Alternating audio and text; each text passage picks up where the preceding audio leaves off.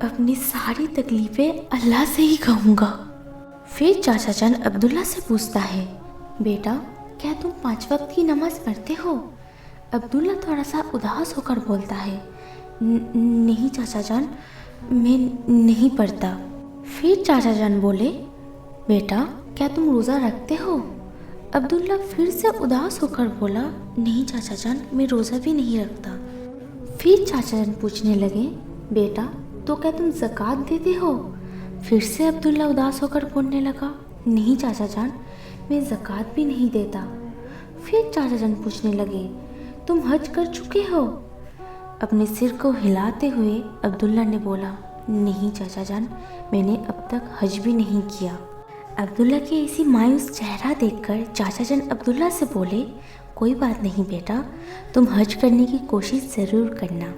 چاچا جی کی باتیں سن کر عبداللہ بول اٹھے، جی چاچا جی، میں حج کرنے کی کوشش ضرور کروں گا۔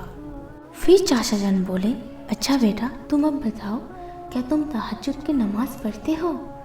عبداللہ پھر سے اداس ہو کر بولنے لگے، نہیں چاچا جان، میں نے اب تک ایک بار بھی تہجد کی نماز نہیں پڑھی۔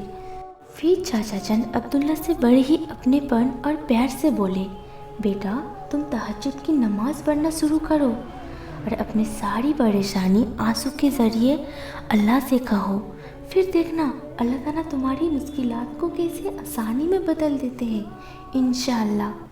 بیٹا تمہیں پتہ ہے تہجد کی نماز سب کو نصیب نہیں ہوتی، انہیں نصیب ہوتے ہیں جنہیں اللہ تعالیٰ خود تہجد کی دعوت دیتے ہیں۔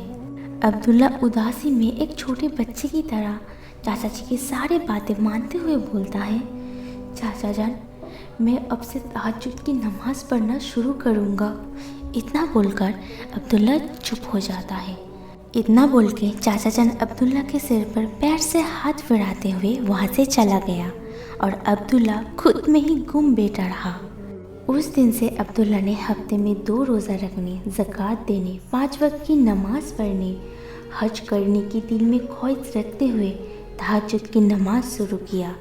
وہ ہر رات 2 سے 3 بجے اٹھ کر تہجد کی نماز میں اپنی دل کی ہر خواہشیں، ہر مشکلات بیان کرنے لگا، ٹوٹ ٹوٹ کر اللہ کے سامنے بے بس ہو کر رونے لگا۔ پھر کیا اللہ کے اوپر توکل اور بھروسہ، اللہ کے اوپر ایمان عبداللہ کے اور بھی مضبوط ہونے لگے، اور دھیرے دھیرے عبداللہ کی ساری پریشانی، ساری مشکلات آسان ہونے لگے۔ جہاں اسے رات کی اندھیرے نے گھیر رکھا تھا اور ابھی اسے صبح کا روشنی نظر آنے لگا، اس نے پھر سے اپنے بزنس کو شروع کیا۔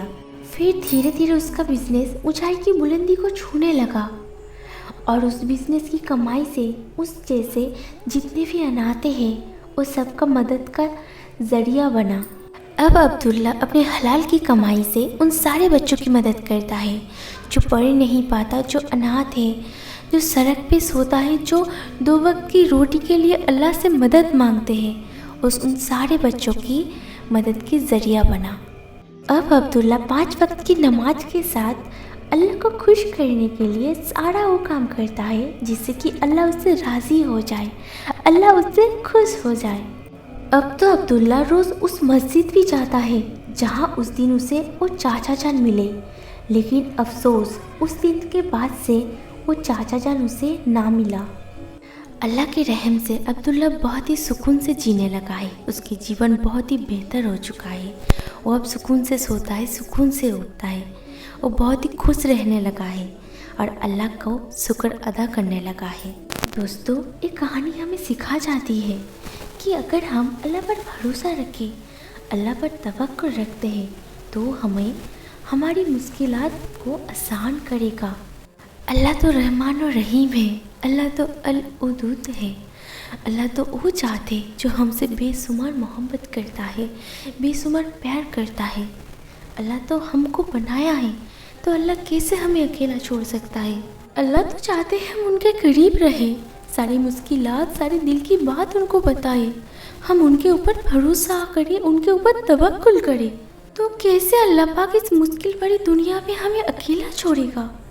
کیونکہ قرآن پاک میں اللہ تعالیٰ نے خود وعدہ کیا ہے، مشکل کے بعد آسانی آئے گی، مشکلات میں اللہ ہمیں اکیلا نہیں چھوڑے گا۔ ہمیں ضرورت ہے تو اللہ تعالیٰ کے اوپر توکل کی۔ ڈرتے کیوں ہو؟ اللہ ہے نا، اللہ سب کچھ ٹھیک کر دے گا۔ اللہ تو القادر ہے۔ ہمیں ضرورت ہے کہ ہم اللہ سے دعا کر سکیں، اے میرے رب مجھے اپنے مشکلات میں بھی روشنی دکھا اور مجھے اپنے پر بھروسہ رکھنے کی توفیق عطا فرما۔ آمین۔